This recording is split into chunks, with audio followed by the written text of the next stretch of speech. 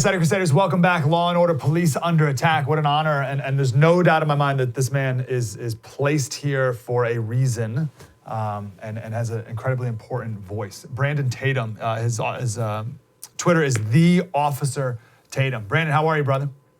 I'm doing well. Former police officer, I should say. We got to start off here, Brandon. What's your shirt say?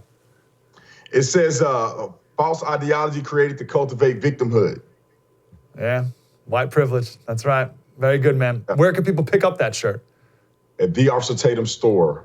The Officer Tatum store. Yeah, I can't wear that shirt, can I?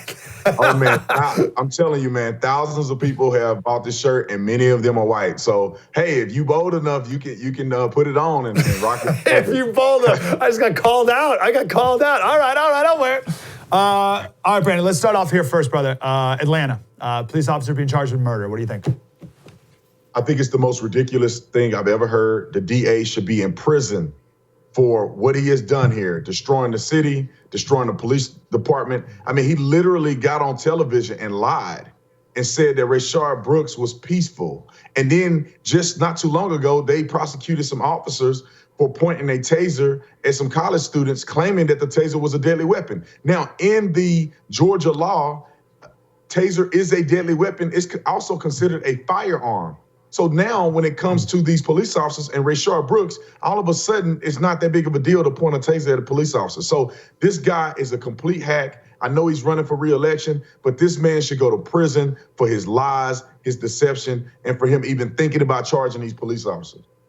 Yeah. All right. So let me do devil's advocate, and then I want to talk big picture about what this does to morale. But I've heard the argument, well, the guy already fired the taser twice, and the officer should have known that it was no longer a deadly weapon.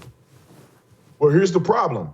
Even the DA said that Rayshard Brooks turned and fired the taser, and the prongs were deployed, and they went over the top of the officer's head. So clearly, it wasn't fired enough to not have prongs in it.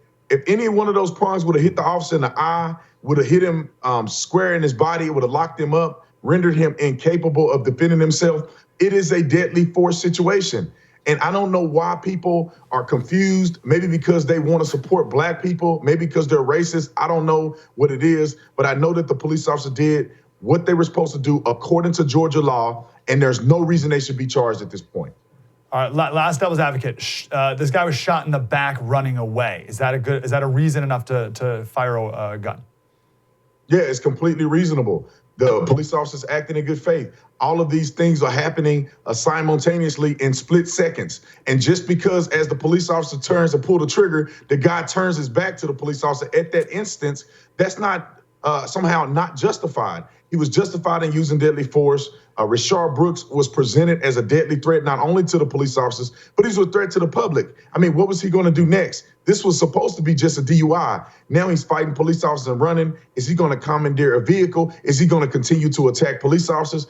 All of those things are present threats that police officers have to address, and they address them according to the law. Slater Crusaders, thanks for watching The First on YouTube. If you want more, like, subscribe. We got plenty.